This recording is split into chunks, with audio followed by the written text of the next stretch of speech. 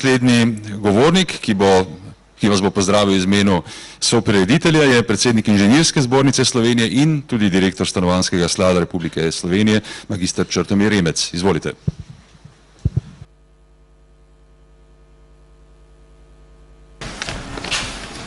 Spoštovani predsednik Državnega zbora, dr. Brglez, spoštovana ministrica, gospa Majcen, cenjeni udeleženci, gospe in gospodje, v veliko čast in zadovoljstvo mi je, da nam je uspelo po 13 letih, po dolgih 13 letih, obuditi srečanje, ki smo ga prvič izvedli ob vstopu države v Evropsko skupnost. Očitno smo čakali na sprejem nove prostorske, gradbene in pa zbornične zakonodaje, ki bo začela veljati 1. junija letos. Za nami je dejansko več let priprav in usklajevanja med ministrstvi, zbornicami in ostalo strokovno javnostjo, ki so obrodila končno kompromisno rešitev, s katero smo, menim, da lahko vsi vsaj deloma zadovoljni. Žal seveda ni to presežek, ki bi sam po sebi zagotavljal, da bo od zdaj naprej gradnja cenejša in hitrejša, bolj kakovostna, vendar osebno verjamem, da z pozitivno uporabo zakonodaje in pa seveda z uvajanjem vseh novih sodobnih tehnologij in menedžmenta lahko celoten proces graditve bistveno izboljšamo.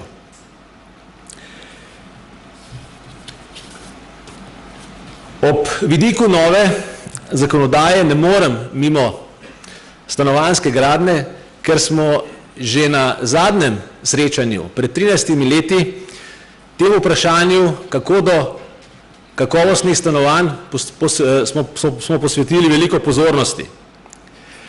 V svojem takratnem prispevku sem veliko stavil na Evropsko gradbeno-tehnološko platformo, ki pa žal ni prinesla pričakovanih rezultatov.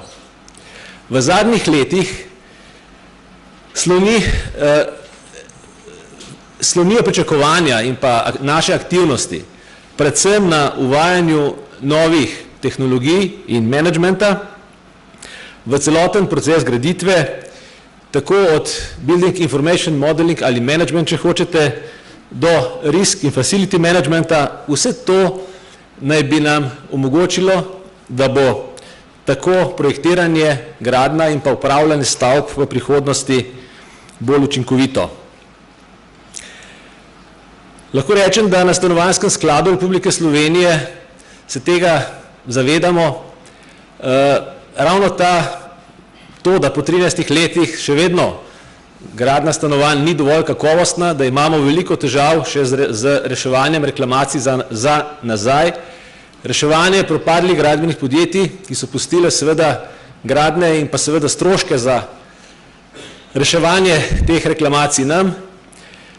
Se tega zavedamo še toliko bolj in želimo s tem, da od vseh projektantov in pa izvajalcev zahtevamo uporabo BIM tehnologije, da bomo pri naslednjih gradnjah, ki jih imamo praktično tik pred zdajci, v Ljubljani Novo Brdo 500 stanovanj, Maribor pod Pekarsko gorco 250, Kranj ob Savi 150 in pa skupnost za mlade na Gerbičevi 110 enot.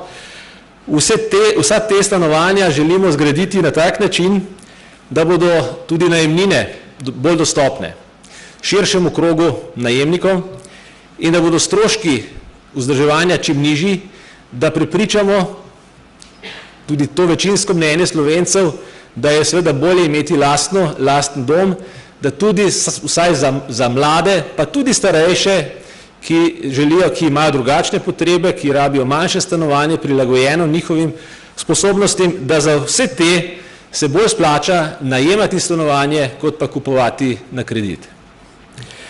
V ozadju sprejemanja nove gradbene zakonodaje se je tudi, bi lahko rekel, gradbeništvo ponovno okrepilo. Po dolgih letih krize, zaradi česar smo pred zadnjimi parlamentarnimi volitvami tudi skupili skupaj in ustanovili Zbor za oživitev in razvoj gradbeništva, ZORG. Pri tem smo dosegli veliko enotnost vseh ključnih akterjev od zbornic, društev, fakultet, vse to zapisali v program dela in cilje delovanja in danes bo kar nekaj tega predstavljeno v različnih prispevkih. Jaz osebno si upam trditi, da so rezultati, da so zadovoljivi. Seveda imamo pa že v bližnji prihodnosti veliko novo priložnost, Svetovni gradbeni forum, ki bo naslednje leto aprila v Ljubljani v skupni organizaciji Inženirske zbornice Slovenije in pa Fakultete za gradbeništvo in geodezijo ob priložnosti 100-letnice univerze, sicer zdaj berem ponovne obnovitve univerze, če gremo do leta 810 v Ilirske province, takrat smo že, pa še nazaj lahko skočimo še v 18. stoletje. Vsekakor imamo tradicijo, mi bomo praznovali uradno 100-letnico in pa tudi 100-letnico Ljubljanske inženirske zbornice, predhodnice Inženirske zbornice Slovenije. Takrat smo bili še skupaj z arhitekti, zato bo tudi lahko skupna zadeva. Želim si ob tem, da bi tudi pripravili razstavo v Cankarjevem domu in poleg tega kongresa imeli tudi priložnost, da širša javnost vidi, kaj se je dogajalo v zadnjih 100 letih. Nosilna tema tega foruma bodo podnebne spremembe in odporna gradnja z uporabo novih tehnologij in menedžmenta. Cenjeni vsi prisotni, že zdaj vas vljudno vabim, da se nam pridružite k sodelovanju in pa udeležbi na Svetovnem forumu naslednje leto. Za danes pa vam želim veliko novih znanj in stikov, ki bodo še vzpodbudila naša skupna prizadevanja za bolj pravično družbo, urejen prostor in učinkovito graditev. Hvala lepa.